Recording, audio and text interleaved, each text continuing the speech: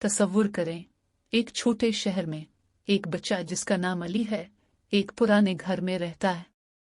अली की पसंदीदा चीज एक टेडी बियर है जिसे इसकी दादी ने दिया था। एक दिन अली अपने कमरे में एक आवाज सुनता है, जैसे कोई चुपकुल्ली बात कर रही हो। वो देखता है कि इसका टेडी बियर जिंदा हो गया है और उसको हर तरह की चीजें परेशान कर रही है। टेडी बियर अली के साथ दोस्ती करता है और उनकी मदद करता है कि उनकी मुश्किलात हल करे। वो एक साथ सफर करते हैं, नए दोस्त बनाते हैं और मजीद चमत्कारियों में मिलते हैं।